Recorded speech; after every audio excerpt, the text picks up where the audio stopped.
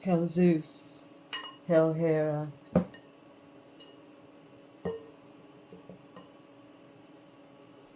Hail Hecate.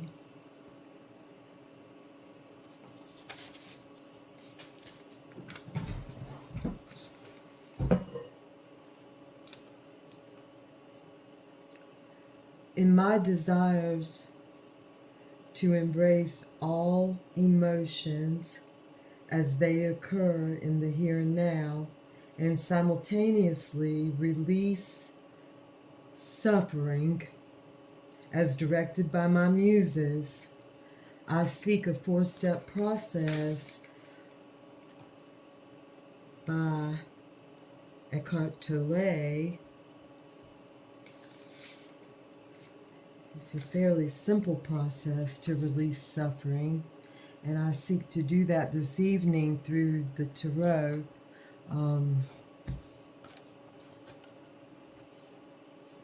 First, we're going to distinguish some differences between sorrow,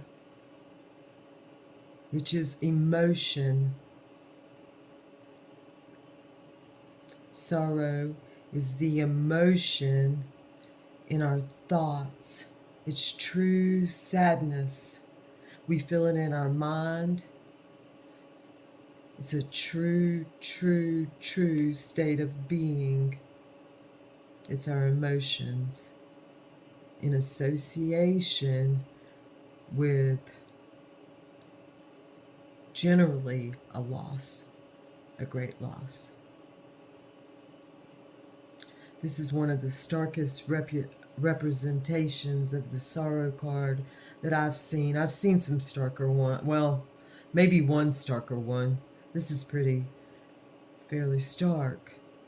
It's when we look at what was my part in that situation. What was my part in it? It's going over things in your mind. If anyone has ever had a pet, let's say like hurt in some way by a car or another animal maybe, then you will know this feeling of going over in your mind, what could I have just done one little tiny thing differently that this would not have happened? What was that one thing? It's like, to me, that is where the thoughts come in on it. It's a true loss that you just go over. When the suffering is associated also with many other things like physical pain, many things, and it's something that we often have a choice in, and it comes to a point that sorrow, which by the way, the etymology of sorrow does not include anything about sorry or sore. Sorrow is a completely different thing than suffering. I seek to accept my sorrow so that it doesn't become suffering. And there's stages and processes of that, and that's what I seek. So I seek an alleviation of suffering. I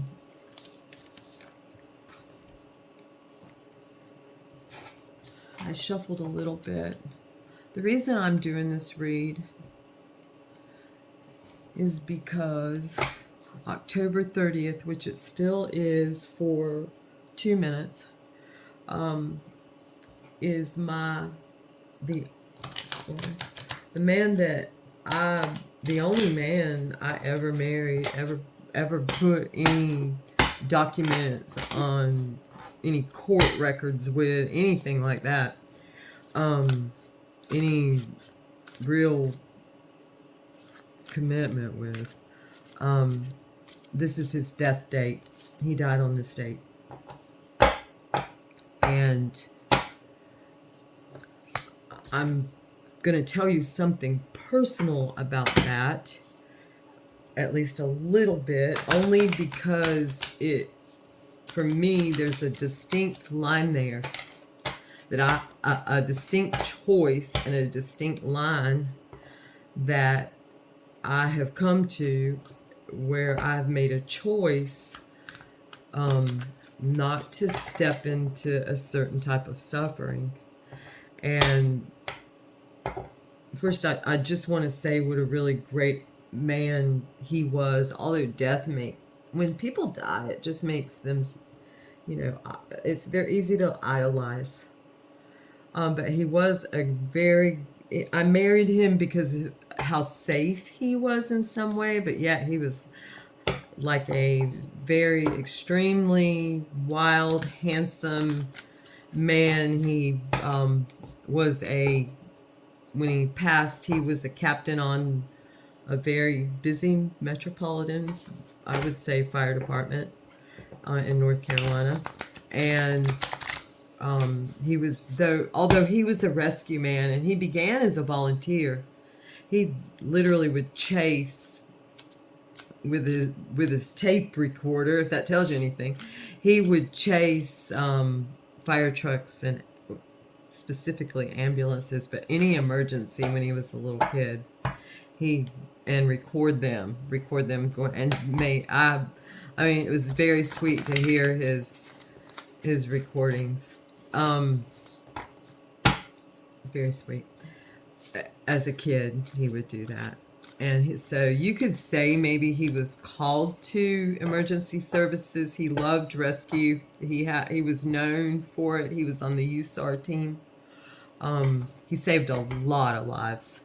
He really did. He was kind of an easy man to live with in some ways. He did my laundry for a lot of years, which was nice.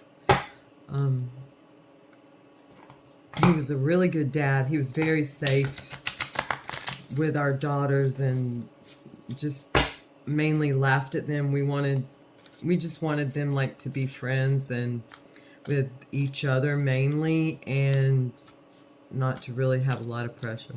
That's the way we did things. We wanted them to have a good education, but we didn't really put a lot of any kind of restrictions on them. We agreed about parenting, and we had a good physical life together, I'll say. I won't get into all of that, but we did. And but there was just that other third that was very difficult. And even though I love him, I must say that if we choose again, and that if that's part of the whole thing, at this point I'm pretty much he's a no for me as far as a husband. I mean, maybe in some other capacity if I'm hoping to cross the abyss. I'm hoping to be one and done, maybe, unless something changes.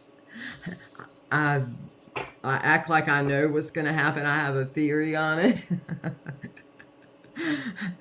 I don't think any of us know what's going to happen, but I do know that I've spoken to him many times and had many dreams, and he's not only come to me, he's come to our daughters, and we believe that regardless. If it's placebo, then so be it. However, saying all that, I will tell you, and here's where the suffering comes in, not the sorrow. The sorrow has assuaged. It's the suffering that I still hold on to some. And here's where it comes in. I left him and he died. And there are people that still, including my own mother, I'll just say, including my own mother. I just recently heard she said this to someone again, which I believe she believes it in some way, that I am responsible morally. I'm going to say, let's put that out there, morally, for his passing. And in no way do my daughters, and this is where I'm very fortunate, because in no way like do my daughters and my closest circle of people know that, or did he think that, because even though we were separated, I mean, I bought a house, if that tells you anything. I left, and even though we were separated, though, we were there for each other and for a period of time, and our kids were the most important thing to us. But still, there were a lot of people that blamed me, including the fire department. And I'm just going to include the whole fire department. Maybe there's one or two that did not. There was like a forged document involved, actually, which is a funny story. But anyway, I've told too much information, I think. I tell all that because for me, I had been affected. It's like, well, if you wouldn't have left him, then blah, blah, blah, blah, blah, blah, blah, blah, blah. However, he's his own being, and it was his choice. He mentioned numerous times, and we meaning his children and I, it's whose business it mainly is. He mentioned numerous times that he would die young, and it would be before the age that his father died, who died young, and it came to be.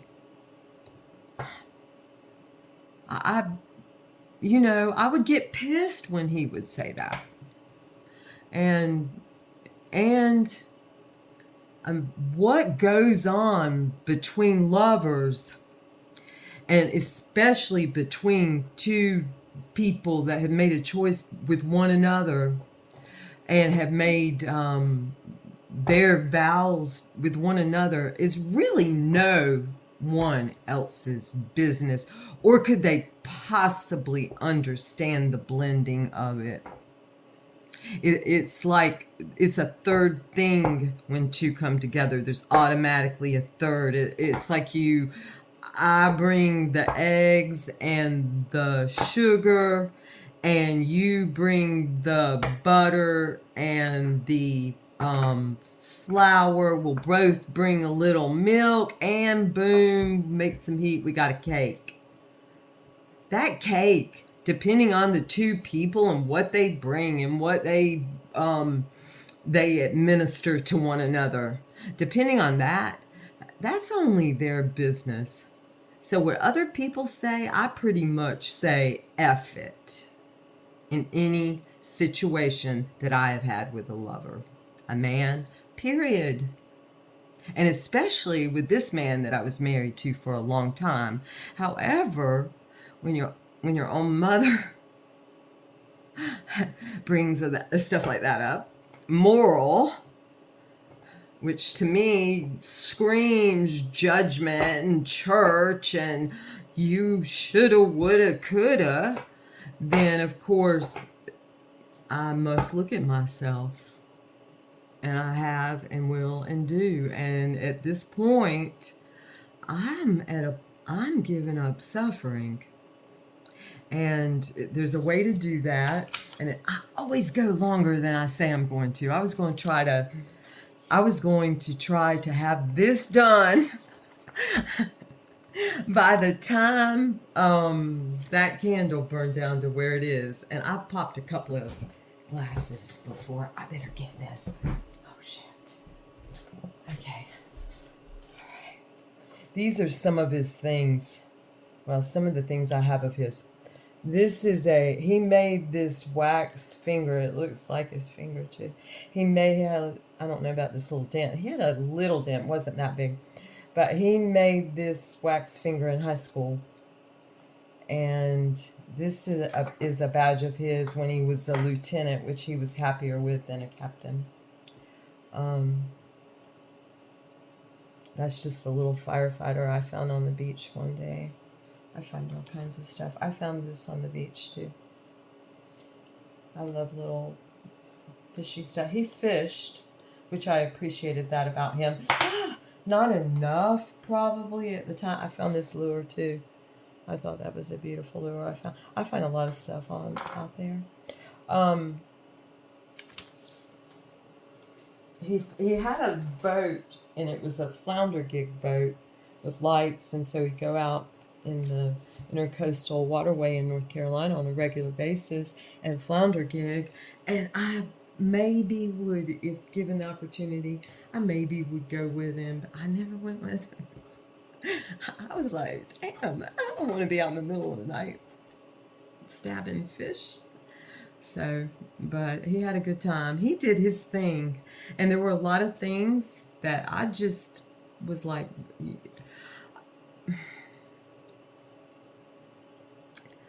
I let so much just go by because I was like, you were you. I was a very loyal wife, though. I always said I won't, I will not, no, what did I say? I always said I'll leave before I cheat. And I did it. I did exactly that. I left and I cheated. And you know, it is what it is. It wasn't in any kind of retaliation. I had probably thought about leaving him. One of my friends said I talked about it for 5 years, if that tells you anything. I married him mainly, I mean, I loved him. Gosh, we were passionately drawn to one another. I loved him in that capacity. There was a part of me, though, I must tell this story since I'm talking about him and letting him go. I was about to marry him. I was standing there about to marry him, and I heard a male voice yell, "No, don't!" And I did it, and I laughed, actually. And I thought, in my mind, I said to that male voice, who sometimes I think I know who it is, but I'm wrong a lot of the time, and especially, it seems, about the masculine. So anyway, I said to that male voice, I laughed in my head and kind of made, I don't know if I'd have to see if I'd laughed. Maybe I did just kind of get humorous there for a minute, standing there about to say I do. And I thought, it's inevitable. It's inevitable. I'm marrying this safe man. It's inevitable. He's safe. He's safe. Well, here's the gig. He was a very safe, kind, loving father, but it's not kind directly to his daughters, both of them together.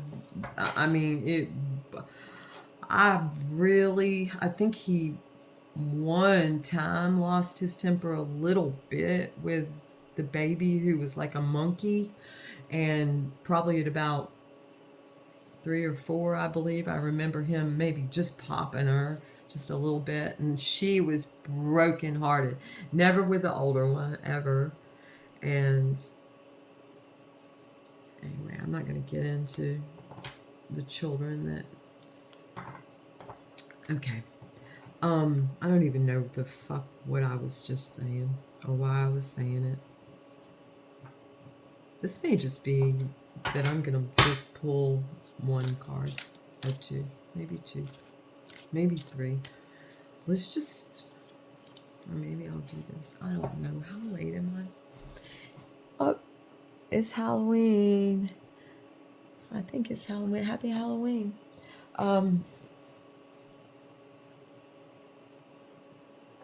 I don't know what I was saying. If it's important, I guess it'll come back to me.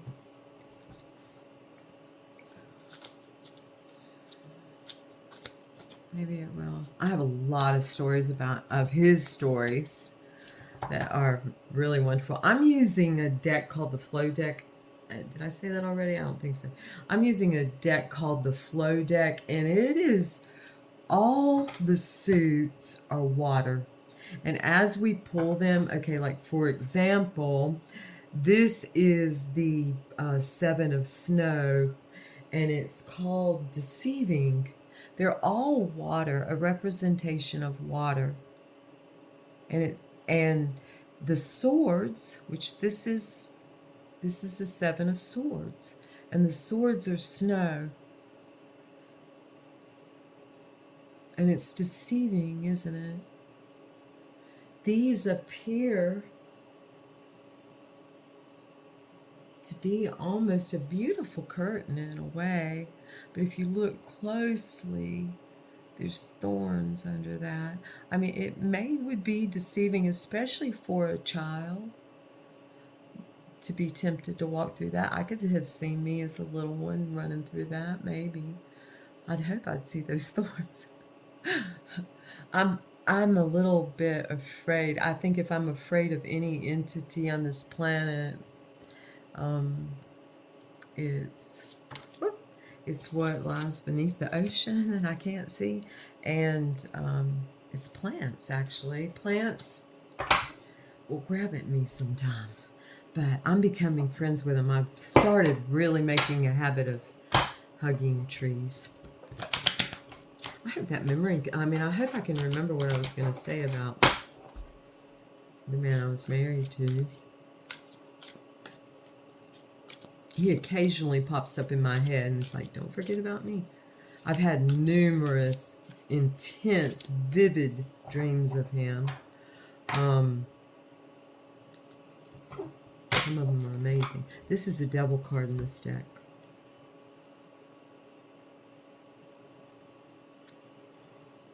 It's called the Drought. I love how this deck,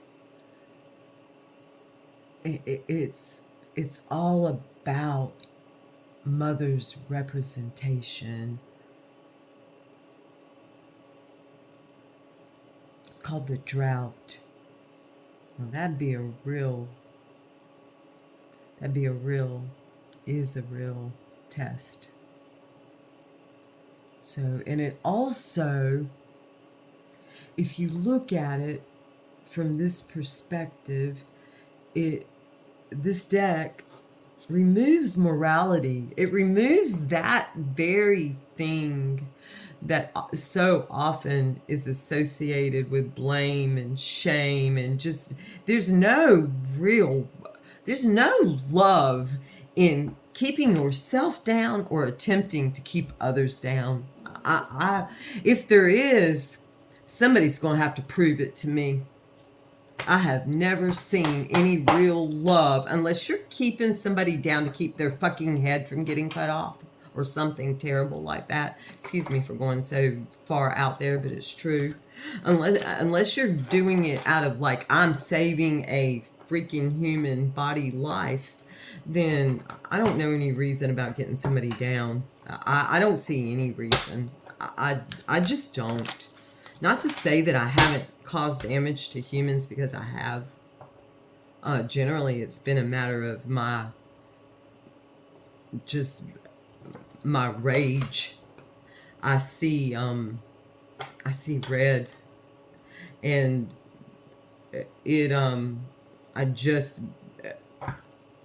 it's difficult to describe, but those of you who see red understand, and I know you're out there because I've spoken to many who see red, and it is a thing to control, and sometimes something can be said, some things cannot be repaired, and to me that's sorrow. Knowing that there's some knowing of that there is the irreparable,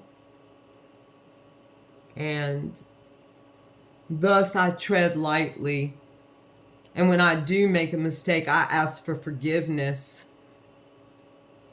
When I hurt another, I see what I can do to help, if they will allow, and also I allow them to just not allow, gracefully as I can. Some are more difficult than others because it's so intimate and love them so much, but that attachment is associated to the true sadness, becoming self-ruminating, self-ruminating hate. In a way, it's self-hate, and then it emanates to others and becomes hatred of others. So I choose not to partake. There's certain things I'm not going to partake of, and that's one of them. And gossip, I'm not going to sit around and partake in gossip. I'll walk away. So this 7 has come out quite a few times. Deceiving. Things are often deceiving in many ways. You may see it's illusion, but snow blankets, and it's good to see things from a different perspective sometimes. Okay, I'm going to quickly go to this first question. If this is long, it's long. Awareness. The first step is awareness, which we hear all that. We hear that all the time, but it's a certain like awakening feeling. We hear that all the time too, but I'm just going to go on and read my questions. I think it can be seen. I like to see ideas and concepts as places. And I think awareness can be seen as a place we observe our thoughts and emotions, and it's found in each of us and in the present moment. When I'm in meditation and I find myself thinking, which is fine, I'm following my breath, I'm in the present moment, I'm feeling my breath in different parts of me, and then suddenly I find myself thinking of something that happened with someone, who knows, 3 weeks ago or more or whatever. Then I think to myself, past. That's it. And then, I catch myself and go back to my breath and start following my breath again, and I'm in the present, and it's this place of awareness that it's where everything feels a certain amount of okay. And then when I catch myself thinking about what I will do when this and that, and what I'm going to do when this, projecting, I suppose you could say, which most seers are known to do, then I simply say future. I go back to my breathing, and however many times I have to start over, however many times, and to me that's a place of awareness. I'm aware that I am, somebody who's going to be in meditation and think of the past and think of the future. That's it. And think of my breath. I think of that regularly, the neutralizer. Let me go on. Here now, we observe without judgment or attachment. As we do so, what do we see in this moment? So I'm going to... I just hit my knee. I'm going to draw a card for what do we see this moment as we're in this moment of just shuffling and breathing. We're right here. And what do we see right in this moment? And this is it. Let me look in the light, because these are very dark cards. They're beautiful cards, but they're very dark. We see the King of Wands. Remember, they're all representation by water. The King of Wands, interconnectedness. Interconnected. And Wands are earth. So the King of Discs, the King of Pentacles, the King of Earth, the Knight of Discs. The placement for this card is late Leo, early Virgo. So generally a very grounded masculine. Look at the color of that. Wow. These are beautiful cards, by the way. And I'm going to just put them around this sorrow card because we are embracing our feelings. That's what we're doing here, is embracing our feelings. I hope we can see all these. I may have to move these rooms. Okay. We're embracing our feelings while banishing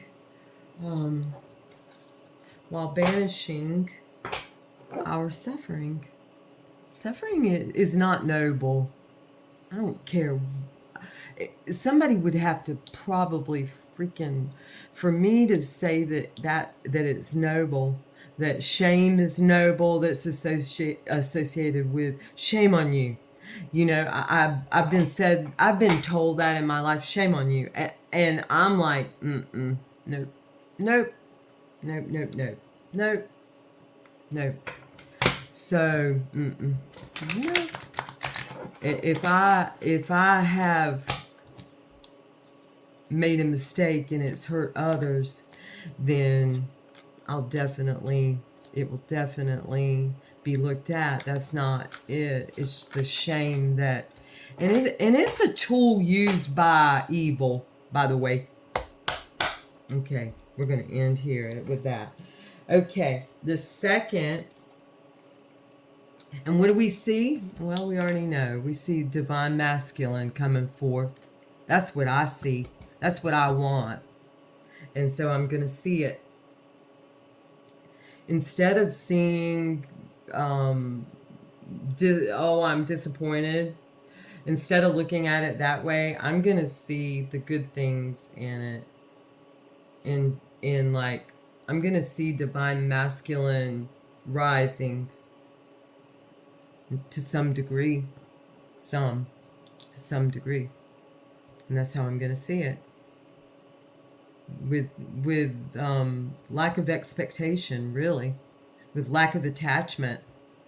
I'm just going to see them being like everything that any divine feminine would desire.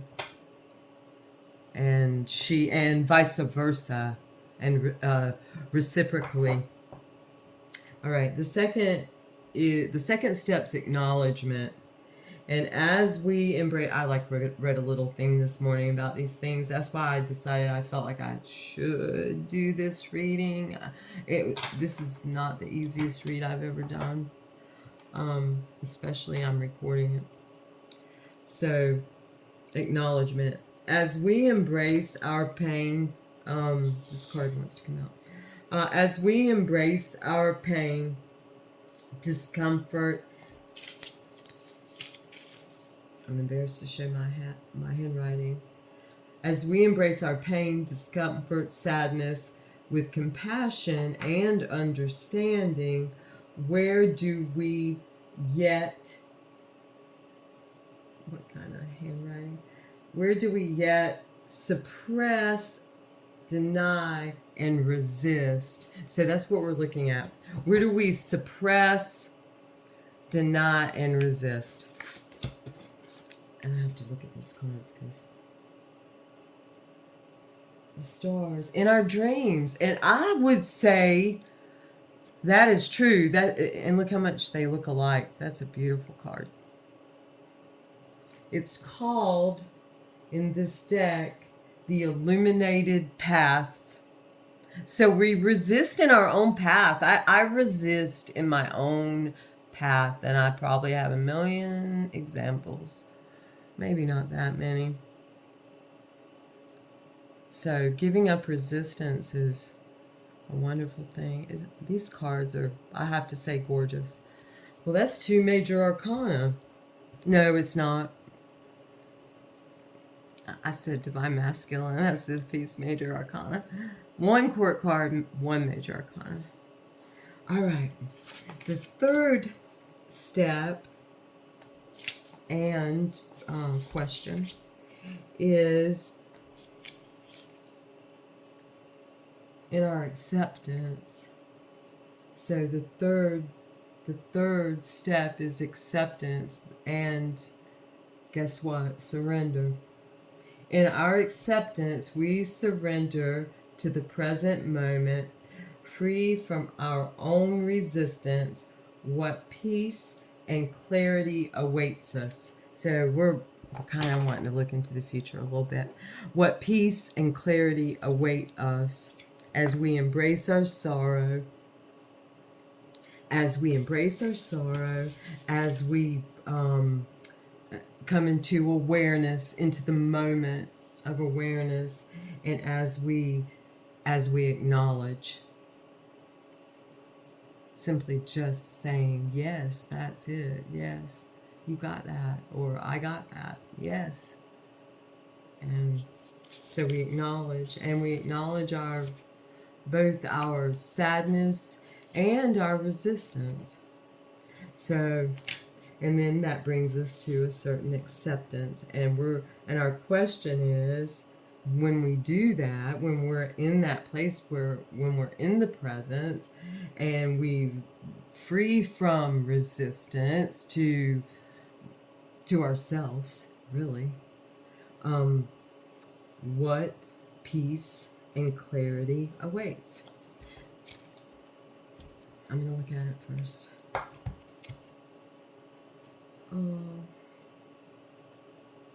It's the Six of Snow, which is swords.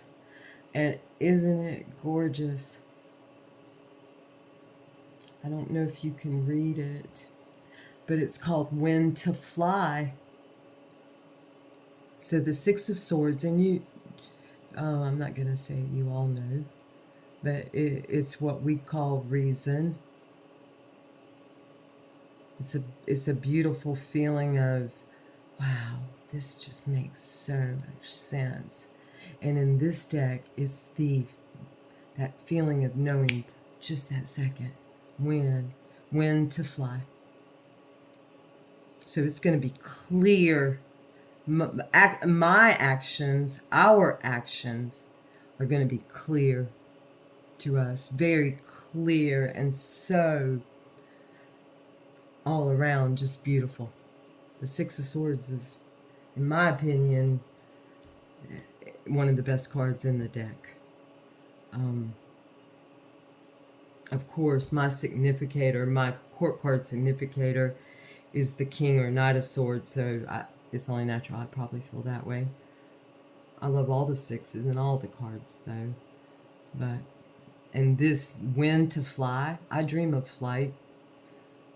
If you guys dream of flight, if any of you dream of flight, put it in the comments. Or if you ever have any questions for me, anything, I may or may not answer it, or I may just give a little answer, but I put it in there. If I find it to be like an appropriate, good question, I'll answer it. I take back that I may or may not answer it. The truth is, at least I'll give it a appropriate answer, whatever that may be. I just thought of, somebody. It doesn't matter. Here I'm doing it. Future. I'm thinking in the future. Okay. Now the fourth step is finding ourselves. My handwriting. As I said, I wrote all this. My handwriting is terrible anyway. Look, awful. Okay, it's not. I mean, it's like chicken scratch. There's times I'll be like, what in the heck did I just, what does that say? Finding ourselves in the perfect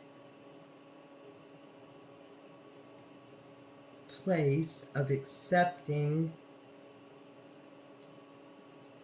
we are ready to act. Oh, yeah. When we find ourselves in this place of acceptance that we talked about in step number 3, then we're ready to take action. And it's so ironic that this is where we are in number 3, and then the next card's the action card. That's perfect, actually. We're in that perfect position. And here's my question. What positive transformation is developing as a result of this action? What's going to come to be as a result of this action? What is basically, we're going to have to take that. And it is the 9 of Waves. and it's perseverance, and that's what we're told to do. Actually, I don't think that's the card. That's not the card, guys. Although we are to persevere, and it came out for a reason, that's not the answer to the question. I'm to shuffle. I'm to persevere with my shuffling. That was for me. Moving right along. However many minutes I'm at. This has been, I've slept very little. Although I'm like that, I'll go through periods where I'll get a solid 7, even maybe 8 hours sleep. Rarely 8, but 7 solid. Good. You know, my sleep is, I love my sleep, and I sleep well. Then when I'm in a certain process of, usually it's a creative to some degree, but also when I'm in a destructive process. Occasionally, it meaning, like, let's say if I'm stripping walls so I can paint them, or if I'm cleaning out closets, that can be considered destructive. Going through and just yanking, you have to make a mess in order to clean up sometimes, really clean up. And that's destructive. Destructive is not, to me, destructive is necessary. It's like burning a field so that it will grow, which seems, and it seems the antithesis of what you would desire in some ways. It seems like it wouldn't be reasonable, but it is. Okay. Sometimes when I'm talking, I think, who are you talking to? I know a few people who watch, and any of you who aren't subscribed, please subscribe. For various reasons, I really want to go live. I do some work in the community, and it would help for me to go live and be able to go live, and so I really would like to. So if you do happen to catch a video of mine, please subscribe, whether you like it or not. I'll do without the like. Just subscribe, and then once I go live, you can delete me if you still don't like me. So what positive transformation is coming as a result of this action? So we're about to take flight, and let's see what's going to happen. Whew. This is exciting.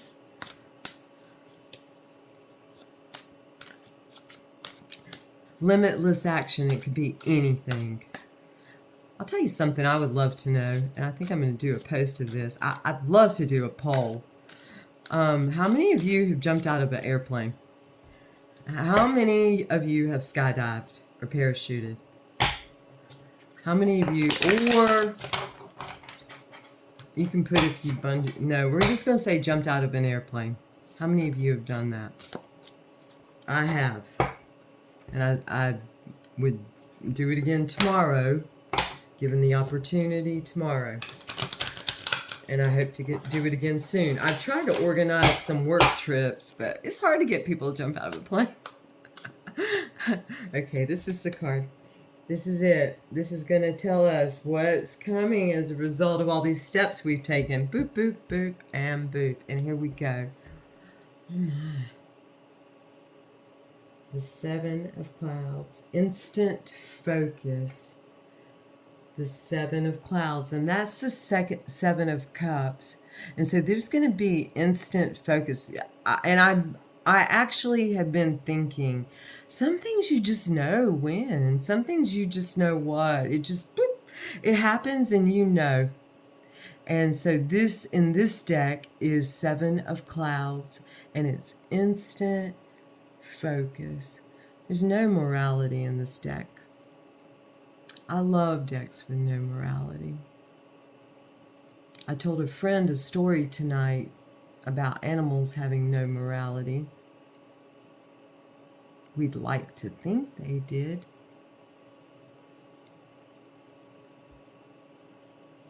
So there's no morality in this deck. Oh, here we go, and there's still none.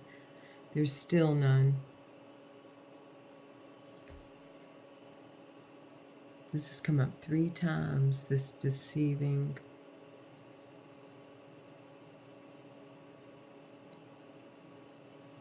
I'm going to take that. 7 was was the man that I was married to.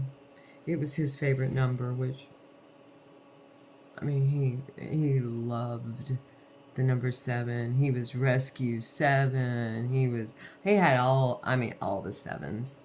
And I guess that's why this is coming up. And I'm really going to have to look even deeper within myself, because this seems like a veil to me. Looks like a veil. So, looks can be deceiving. There's a lot of, and it's weighed heavily on my mind. And I just thought of it about the online community and even like YouTube community. It's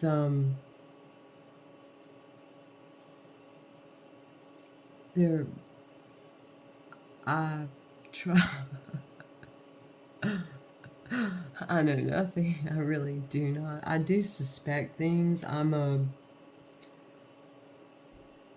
see things, and I am willing to look. I'm willing to look within and without, as above, so below. So, anyway, that's that. I'm going to do one more thing because it came to me. Again, no morality in this deck. No shame, no blame. And I'm unwilling to accept, even from my own mother, something that is the opposite of what actually went on. And that's her, that's mirroring. And there's reasons for that. And, I just know what my life shows and our children's lives. So, and like they say, the proof is in the pudding. The proof. And we prove a pudding when we cook it. The proof is in the pudding. I'm going to read a poem by a poet. I have just a German poet. He's passed, of course. I don't remember his years. But a German poet. His name is Rainer Maria Rilke, Rilke. And it's called You Who Never Arrived. And to me, there's some kind of line in here between sadness and suffering that Rilke just almost in ripples takes me through and helps me to feel the differentiation in the two. You who never arrived. You who never arrived in my arms, beloved, who were lost from the start. I don't even know what songs would please you. I have given up trying to recognize you in the surging wave of the next moment.